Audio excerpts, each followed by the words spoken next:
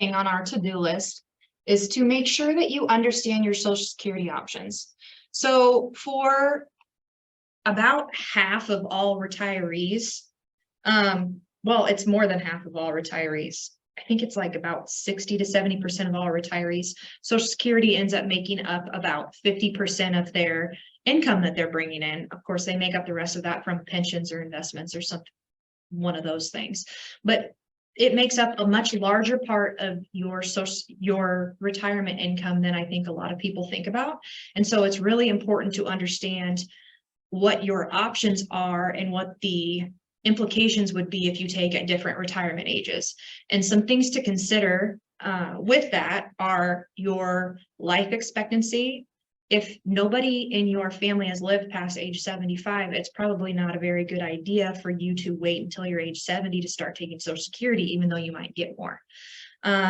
Another thing is whether or not you have other assets where, say you want to retire maybe before your full retirement age for Social Security, and you want to retire, say at like age 62, do you have other assets or something else that you can do to make up your income need while you wait for your Social Security to grow till your full retirement age? And another thing to consider is your relationship status of whether you're married or not and what your spouse's Social Security benefit will be, because when you pass away, it could benefit your spouse if you have waited and maximized your Social Security benefit, because they're going to get that when you pass away if your benefit is higher than theirs. Right, right. And that's something in my situation. I'm not planning on taking Social Security until 70 because I have I'm a little bit older than your mom. My life expectancy technically is younger than hers. And so when I pass away, I want her to get the biggest Social Security benefit that she can.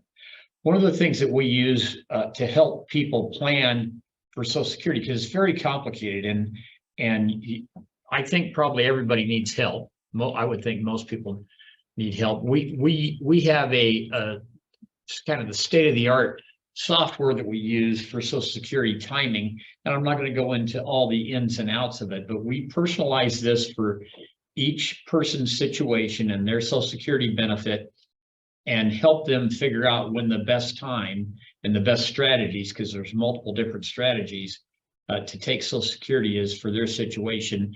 And we're happy to do this. We don't charge for it for anybody, whether they're customers of ours or not.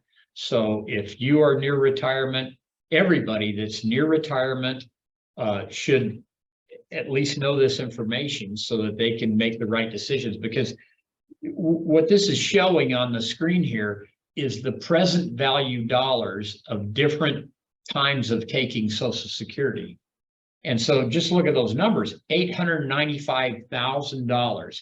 That's the present value of a Social Security stream for this couple if they live to their life expectancy. So for most people, that's one of their biggest assets, is the present value of their Social Security stream. And so it's important to put that in the recipe, so to speak, of planning retirement.